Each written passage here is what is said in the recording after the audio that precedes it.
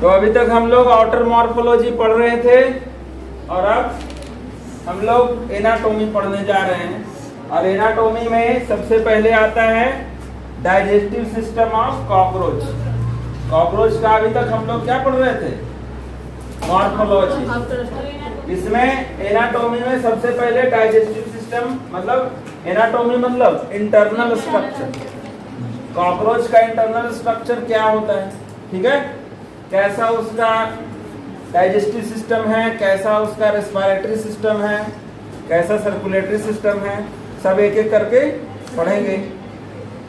तो सबसे पहले डाइजेस्टिव सिस्टम है और डाइजेस्टिव सिस्टम का ये फिगर, ठीक है।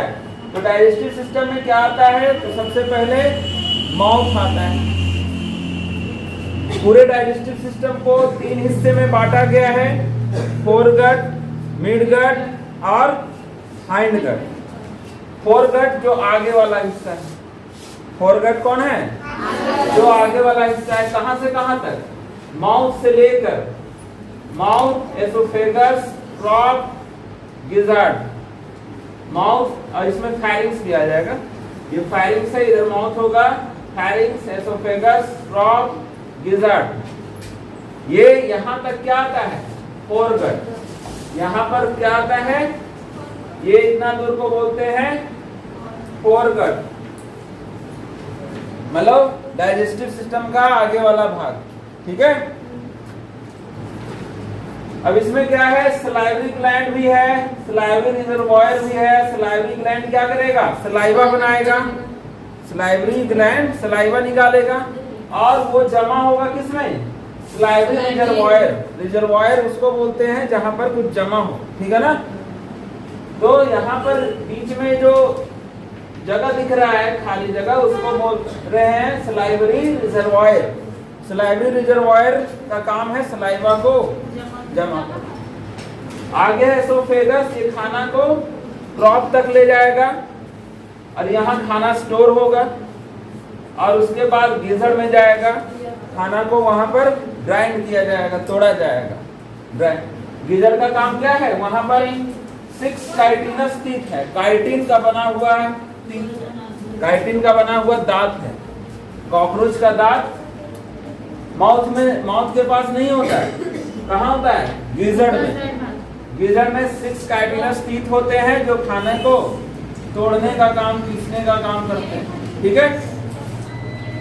उसके बाद हिपैटिक सिक्का है 6 to 8, 6 से 8 यहाँ पर ट्यूब के जैसा हिपैटिक सिक्का है। ये सिक्का क्या करता है? डाइजेस्टिव जूस निकालेगा जो खाने को डाइजेस्ट करने में हेल्प करेगा। इसी से सारा डाइजेस्टिव जूस निकलता है, ठीक है। और ये इसमें आएगा। फिर यहाँ से गिजड़ के बाद स्टार्ट हो जाता है मिडगट। तो मिडगट यहाँ से लेकर यहाँ तक है। इसमें आ जाता है मेजेंट्रॉन। मिडगट को क्या बोलते हैं? मेजेंट्रॉन भी। तो यहाँ पर खाना का डाइजेशन एब्जॉर्प्शन होता है। उसके बाद खाना चला जाता है हाइंडगट में। ये हाइंडगट है, यहाँ से इलियम से, इलियम के बाद क्या है? कोलन, रेक्टम, ये सब जो पार्ट है ये सब किसमें आता है? हाइंडगट में। और अल्टीमेटली एनस के थ्रू बाहर निकल जाएगा, ठीक है ना। तो यही है इसका डाइजेस्टिव सिस्टम। डाइजेस्टिव सिस्टम इसका अगर देखें तो 3 पार्ट्स में बटा हुआ है। पूरे डाइजेस्टिव सिस्टम को 3 पार्ट्स में बांटा गया। फर्स्ट है फोरगट, मतलब जो आगे वाला हिस्सा है डाइजेस्टिव सिस्टम का। एक तो ट्रैक्ट होता है ना डाइजेस्टिव सिस्टम, तो पहले वाले हिस्से को फोरगट, जो बीच में है उसको मिडगट और पीछे है हाइंडगट, ठीक है ना। फिर हम लोग देखें कि फोरगट में क्या होता है। फोरगट में क्या होता है? तो फोरगट सबसे पहली बार गट जो है इसका फोरगट लाइंड है क्यूटिकल से। क्यूटिकल एक वैक्सी टाइप का मटेरियल है, मटेरियल जो लाइन करता है किस पे? फोरगट। फोरगट के ऊपर मतलब इसका डिपोजिशन है cuticle chemical. Cuticle line by cuticle it include. Foregut में होता क्या क्या चीज? फोरगट में क्या क्या होता है? सबसे पहले ये याद रखना है कि ये क्यूटिकल से ढका हुआ है, चारों तरफ से क्यूटिकल का लेयर बना हुआ है फोरगेट पे। और इसमें होता है सबसे पहली बात माउथ, फेरिंक्स, माउथ के बाद फेरिंक्स आता है, फेरिंक्स के बाद एसोफेगस आएगा जो फूड पाइप है, इसका भाई फूड पाइप होता है। फिर है इसका क्रॉप और फिर है गिजार्ड। गिजार्ड लास्ट पार्ट है फोरगट का, ठीक है ना। इसके बाद स्टार्ट हो जाएगा क्या, मिडगट। तो इसमें क्या है क्रॉप, क्रॉप का क्या काम, तो क्रॉप ये फूड स्टोर करके रखता है, जैसे खाया और उसको स्टोर करके रखिए, फिर धीरे धीरे डाइजेस्ट होगा, ठीक है। एक तरह से स्टमक का काम, जैसे हम लोग भी खाते हैं तो कहाँ जाता है, स्टमक में स्टोर होता है। फिर गिजर्ड है, गिजर्ड मतलब ये एक तरह से दांत का काम करता है। क्या है कि gizzard help in the grinding of food. हम लोग दांत से क्या करते हैं, फूड को पीसते ही, फूड को ग्राइंडिंग करते हैं, वैसे ही ये भी क्या करेगा, ग्राइंड करेगा, grind. Gizzard help in the grinding of food. It has an outer layer of thick muscular, मतलब ये होता कैसा है, ये होता कैसा है, तो ये इस तरह का स्ट्रक्चर है gizzard, एक चक्र जैसा स्ट्रक्चर देखने को मिलता है।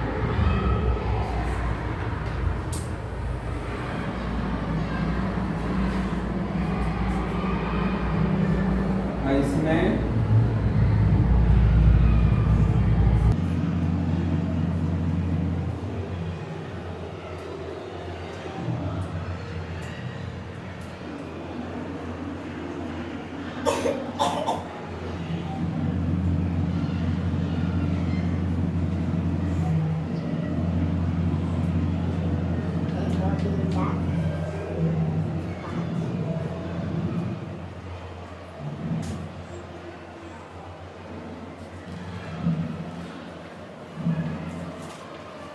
तो इस तरह से 6 काइटिनस टीथ होते हैं। ये इसका क्या है, टीथ है, ये जो अंदर बना हुआ है इस तरह से, ये है इसका टीथ।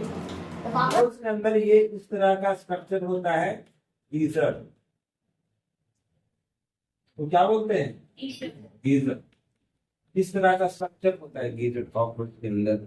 इसमें वही लिखा है geyser it has outer layer thick muscular. जो आउटर लेयर है इसका ये मोटा होता है, ठीक है ना, मोटा होता है और मस्कुलर होता है, मतलब मसल्स का बना, सर्कुलर मसल्स। ये क्या है, आउटर सर्कुलर मसल से बना हुआ है और अंदर में क्या है, thick inner cuticle forming chitinous plate. और ये सब क्या है, प्लेट, ये सब क्या है, काइटिनस, काइटिन का बना हुआ। जो काइटिन, काइटिन भी एक तरह का केमिकल, एक तरह का मटेरियल है, तो हार्ड मटेरियल, तो उसी काइटिन का बना हुआ ये टीथ लाइक स्ट्रक्चर। तो इसी से क्या होता है, फूड का ग्राइंडिंग होता है। इसमें फूड जाता है अंदर, तो जैसे कैसे ग्राइंडर होता है, इसमें ऐसा ही होता है ना, टीथ लगा होता है, घूमता है तो खाना जो भी होता है ग्राइंड हो जाता है। तो ये भी उसी तरह का है ग्राइंडिंग, ठीक है ना, गेजर। इसमें जाएगा खाना, सब खाना ग्राइंड हो जाएगा। तो ये टीथ इसका याद रखना है कि टीथ होता है किस चीज का है बना हुआ, जैसे हम लोग का तो इनामिल का डिपोजिशन है, ठीक है ना, लेकिन यहाँ पर किस चीज का है बना हुआ, काइटिन का, काइटिनस, जिस चीज का इसका एक्सोस्केलेटन बना हुआ। कॉकरोच में एक्सोस्केलेटन काइटिन्स का बना हुआ ना, काइटिनस एक्सोस्केलेटन है, तो इसका टीथ भी है, मतलब कॉकरोच में अगर हार्ड मटेरियल जो भी है वो काइटिन्स का बना हुआ है, तो उसी चीज का टीथ भी बना हुआ है। 6 काइटिनस टीथ होते हैं, याद रखिए। काइटिनस कितना है, ये स्ट्रक्चर बना लेना है, तो 6 है ना, 1 2 3 4 5 6, तो यही है गीजर।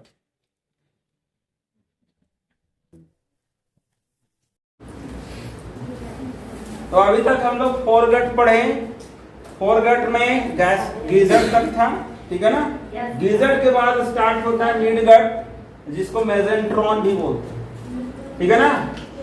मिडगट को क्या बोलते हैं, मेसेंट्रॉन, जो कि लाइंड नहीं होता क्यूटिकल से। फोरगट लाइंड था किस चीज से? क्यूटिकल से। लेकिन मिडगट नहीं होता है, याद रखना, क्वेश्चन बना देगा नीचे में, ठीक है। इसमें 6 to 8 ट्यूब्यूल होते हैं, 6 to 8 ट्यूब जैसे स्ट्रक्चर होते हैं, जो क्या होता है उसको बोलते हैं हिपैटिक और गैस्ट्रिक हिपैटिक सिक्का। उस ट्यूब्यूल को बोलते हैं, आगे फिगर बनाएंगे उसमें देखेंगे कि मिडगट से निकला हुआ इस तरह से गट जा रहा होगा, यहां से इस तरह के ट्यूब जैसा स्ट्रक्चर निकले हुए होंगे, ठीक है ना। उसको बोलते हैं हिपैटिक सिक्का, जो कि क्या करेगा, यही सिक्रेट करेगा सब डाइजेस्टिव जूस, यही डाइजेस्टिव जूस सिक्रेट करेगा और गट में जाएगा, तो फूड यहाँ पर रहेगा, उसको डाइजेस्ट करेगा। गट में क्या रहेगा, फूड, और इससे निकलेगा डाइजेस्टिव जूस। हिपैटिक मतलब ये लीवर वाला भी काम कर रहा है, गैस्ट्रिक मतलब ये पेट वाला भी काम, स्टमक वाला भी काम कर रहा है, ठीक है ना। तो दोनों का जो भी डाइजेस्टिव जूस होता है, ठीक है ना, हम लोग में अलग अलग होता है, यहाँ पर एक ही है क्योंकि उतना ज्यादा एडवांस स्ट्रक्चर नहीं है।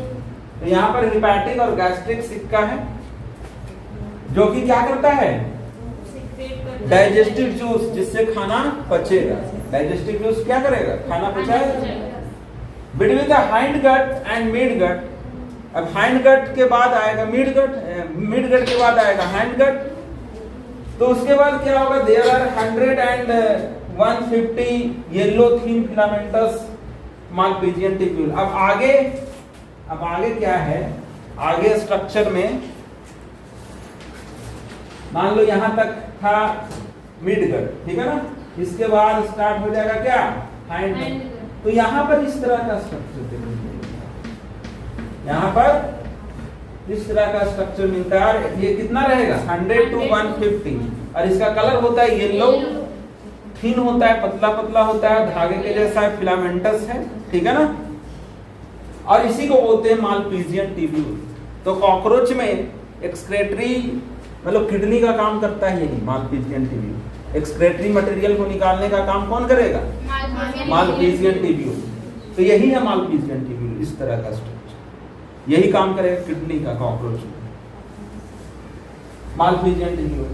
फिलामेंटस स्ट्रक्चर है जिसे मालपीजियन ट्यूब्यूल कहते हैं, और ये इसका नंबर कितना होता है, 100 से 150, 1 से 150।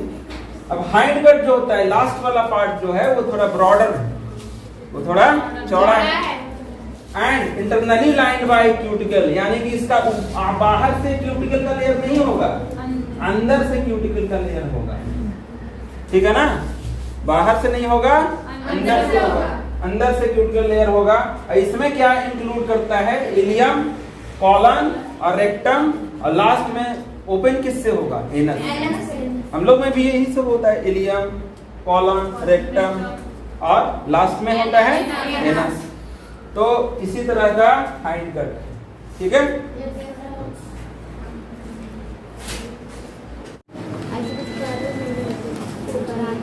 तो अब है circulatory system of cockroach. Cockroach का सर्कुलेटरी सिस्टम हम लोग देखने जा रहे हैं।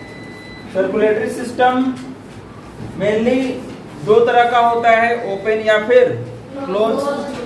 ये कैसा है, ओपन। इंसेक्ट्स में ओपन टाइप का सर्कुलेटरी सिस्टम पाया जाता है, और ओपन में ये बोला गया है कि ओपन में सर्कुलेटरी सिस्टम में हार्ट और ब्लड वेजल्स या तो नहीं होंगे या फिर एकदम पुअरली डेवलप होंगे, मतलब डेवलप नहीं होंगे, होगा भी तो एकदम छोटा मोटा, मतलब पुअरली डेवलप मतलब पूरी तरीके से डेवलप नहीं, ठीक है ना। वही लिखे है, blood vessels are poorly develop, blood vessels are, देखो यहाँ पर ब्लड वेजल्स दिखाए नहीं है वैसा, ठीक है ना। इसलिए, और ये सर्कुलेशन होता है किसमें, हीमोसिल। हीमोसिल क्या होता है, हीमोसिल होता है खाली जगह जहां पर कॉकरोच का ब्लड भरा हो, हीमोसिल वो जगह है जहां पर कॉकरोच का ब्लड भरा है। तो इसका जो भी इंटरनल ऑर्गन है, ठीक है ना, जैसे कि हम लोग का जरा सा अगर कहीं पर से काटा जाए तो वहां पर से पूरा ब्लड नहीं निकलने देगा फुहारे की तरह, ठीक है ना। लेकिन इन लोग का जो है, अगर यहाँ से ये चीज काट देंगे यहाँ से ना, तो इसका सारा ब्लड इधर से निकल जाएगा, क्योंकि अंदर में खाली जगह है और उसमें क्या भरा हुआ है, ब्लड। तो इसका इंटरनल ऑर्गन जो भी है, विसरल ऑर्गन, वो बाथ इनटू हीमोलिन। बाथ मतलब डूबा हुआ है, ऐसा नहीं है जैसे कि हम लोग का हार्ट ब्लड में नहीं डूबा हुआ है। हार्ट के अंदर ब्लड है, लंग्स के अंदर ब्लड जाता है, लेकिन ऐसा नहीं कि लंग्स ब्लड में डूबा हुआ है, ठीक है ना। लेकिन इसके पास जो भी अंदर का ऑर्गन है वो सब ब्लड में ही डूबा हुआ है, ठीक है ना। वही उसी को बोलते हैं हीमोसिल। तो हीमोसिल में ही सारा ब्लड होता है और वहीं से सर्कुलेशन होते रहता है, इधर उधर बॉडी में जाते रहता है। तो ये सब स्पेस है जो हीमोसिल का काम करेगा। उसमें क्या रहेगा, ब्लड भरा हुआ। हीमोलिम्फ बोलते हैं इसके ब्लड को, कॉकरोच के ब्लड को क्या बोलते हैं, हीमोलिम्फ। क्योंकि ये इसमें होता क्या है, हीमोलिम्फ में कलरलेस प्लाज्मा होता है और हीमोसाइट्स होता है। कलरलेस प्लाज्मा मतलब पानी के जैसा, कोई इसमें रंग नहीं है। और हीमोसाइट्स मतलब ब्लड के, इसके ब्लड के सेल्स, ठीक है ना, ब्लड के सेल्स, जो कि रेड ब्लड सेल जैसा नहीं है, ठीक है ना, नॉर्मल सेल है, ठीक है ना। हालांकि काम वही करते हैं, जैसे कि इम्यूनिटी देना और ब्लड क्लॉटिंग करना, ये सब काम करते रहेंगे। तो हीमोसाइट्स का काम ब्लड के सेल्स का काम के जैसा है। अब इसमें एक चीज ध्यान रखना है कि बाकी जो भी सर्कुलेटरी सिस्टम होता है उसमें मेनली काम क्या होता था, सर्कुलेटरी सिस्टम का मेनली काम होता था ज्यादातर कि ऑक्सीजन को हर एक सेल तक पहुंचाना है, ऑक्सीजन को हर एक सेल तक पहुंचाना है और CO2 को लेकर आना है, ठीक है ना, ताकि बाहर निकाल सके। लेकिन कॉकरोच का सर्कुलेटरी सिस्टम का ये काम नहीं है। कॉकरोच के सर्कुलेटरी सिस्टम का रेस्पिरेशन से रिलेटेड कोई काम नहीं है। इसका काम नहीं है कि ऑक्सीजन को पकड़ के हर एक ऑर्गन तक पहुंचाना, क्योंकि इसका सारा ऑर्गन ब्लड में ही डूबा हुआ है, ठीक है ना। तो पहुंचाने का वैसा कुछ जरूरत है ही नहीं। इसका पहुंचाना रेस्पिरेटरी सिस्टम का काम है। जो भी रेस्पिरेटरी सिस्टम ही हर एक ऑर्गन तक सारा ऑक्सीजन पहुंचा देता है, ब्लड का जरूरत नहीं होता। हम लोग में क्या है कि रेस्पिरेटरी सिस्टम भी है और सर्कुलेटरी सिस्टम भी, दोनों मिलकर ऑक्सीजन को हर एक सेल तक पहुंचाता है, ठीक है ना। लेकिन यहाँ पर वैसा नहीं है, यहाँ पर ऑक्सीजन पहुंचाने का काम रेस्पिरेटरी सिस्टम का ही, सर्कुलेटरी सिस्टम का नहीं। तो सर्कुलेटरी सिस्टम क्या करेगा, ये मेनली न्यूट्रिशन का डिस्ट्रीब्यूशन करेगा और ब्लड टेम्परेचर को रेगुलेट करेगा। तो इसमें होता क्या है, हार्ट की बात करें तो 13 फनेल शेप्ड चेंबर है। ये कितना है, ये फनेल के जैसा है, इस तरह से है। इसको इस तरह के स्ट्रक्चर को बोलते हैं क्या, फनेल। फनेल शेप्ड स्ट्रक्चर है और ये 13 चेंबर है, ठीक है, 13 चेंबर है विथ उस्टिया। ये है उस्टिया, इस यहाँ पर होता है छेद। उस्टिया क्या है, छेद। इसी के माध्यम से ब्लड इसमें एंटर करेगा। तो सारे उस्टिया से ब्लड एंटर करते जाएगा, ठीक है ना। तो ये जो एलारी मसल नजर आ रहा है, ये एलारी मसल्स, तो ये कॉन्ट्रैक्ट और रिलैक्स करते रहता है, कॉन्ट्रैक्ट और रिलैक्स, सिकुड़ते रहता है और फैलते रहता है। इसके सिकुड़ने और फैलने से ये क्या होता है, हार्ट कॉन्ट्रैक्ट और रिलैक्स करता है। फैलता है और सिकुड़ता है हार्ट का चेम्बर, ठीक है ना। तो हार्ट का चेम्बर भी इसी तरीके से फैलते सिकुड़ते रहता है। जब फैलेगा तो ब्लड उसमें उष्टिया के माध्यम से अंदर चला जाएगा और फिर सिकुड़ेगा तो बाहर निकल जाएगा। तो इस तरह से जाते रहता है और ये थोड़ा ऊपर जाकर बाहर निकलते रहता है, ठीक है ना। इस तरीके से इधर से भी निकल सकता है थोड़ा बहुत, ऐसे इधर से निकलेगा। वही लिखे हैं आगे, आगे लिखना है यहाँ तक क्लियर रखनी है, ठीक है। तो इस तरीके से ब्लड इंटर करते जाएगा और ब्लड बाहर निकलते जाएगा। इसमें बस कॉन्ट्रैक्ट रिलैक्स करते रहता है, ब्लड आते और जाते रहता है। हम लोग के जैसा एडवांस सर्कुलेटरी सिस्टम नहीं, क्योंकि ये ओपन टाइप का है। तो जहां से ब्लड आता है वही ब्लड चला जाता है। हीमोसिल से ब्लड आता है, फिर हीमोसिल में चला जाता है। बस थोड़ा सा ब्लड का मूवमेंट कराता है बॉडी में इधर से उधर, ताकि न्यूट्रिएंट्स का डिस्ट्रीब्यूशन हो सके।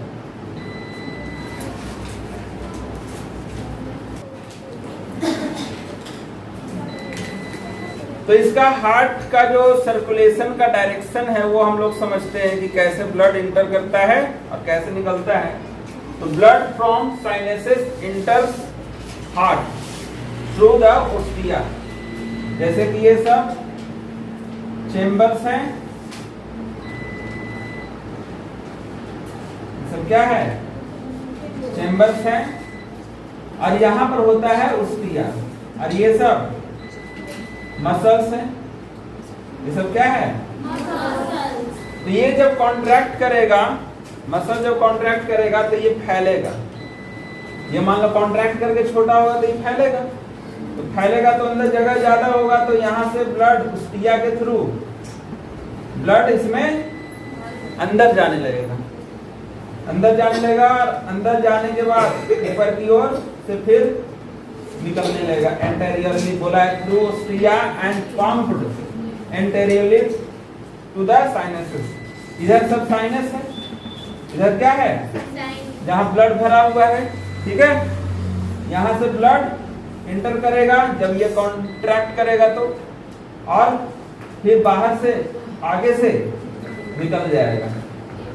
फिर उसके बाद ऊपर होगा, फिर इसमें इंटर करेगा और बाहर निकलते रहेगा। वही कॉन्ट्रैक्ट रिलैक्स चलते रहता है और इंटर करते रहता है और बाहर निकलते रहता है।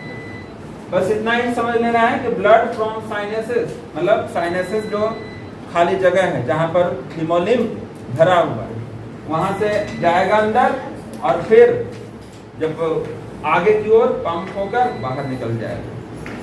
पंप एंटेरियरली, पंप मतलब आगे की ओर पंप करता है और फिर साइनसेस में फिर से आ जाता है।